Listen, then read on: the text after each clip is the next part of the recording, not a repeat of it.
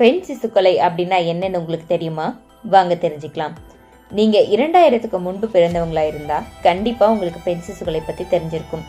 ஏன், அந்த பெண் சிசு கொலையிலிருந்து தப்பிச்சு வந்த பெண்மணியா கூட நீங்க இருக்கலாம். பெண் சிசு கொலை அப்படிங்கிறது என்னன்னா, ஒரு பெண் குழந்தை பிறந்த உடனே அந்த குழந்தைக்கு கள்ளிப்பாலோ இல்லை ஏதோ ஒரு விஷத்தையோ கொடுத்து அந்த குழந்தைய கொண்டுடுவாங்க. ஏன் அப்படி கொன்னாங்க அப்படின்னா, அந்த காலகட்டத்தில் ஒரு குடும்பத்தினுடைய கௌரவம் அப்படிங்கிறது ஒரு பெண்ணிடம் தான் இருக்குது அப்படின்னு முழுமையாக நம்பினாங்க. பெண் குழந்தை பிறந்த பிறகு அந்த பெண் குழந்தை நம்ம பேச்சை கேட்காம போயிட்டா, தனக்கான வாழ்க்கை துணையை அவளை தேடிக்கிட்டா, நம்மளா தேடி ஒரு வாழ்க்கை துணை சரியாக அமையலனா, சரியான அளவு நம்மளால் வரதட்சணை கொடுக்க முடியலனா, இது மாதிரியான பயங்களால் நம்ம இந்தியாவில் பல்வேறு இடங்களில் இந்த பெண் சிசு கொலை நடந்துச்சு.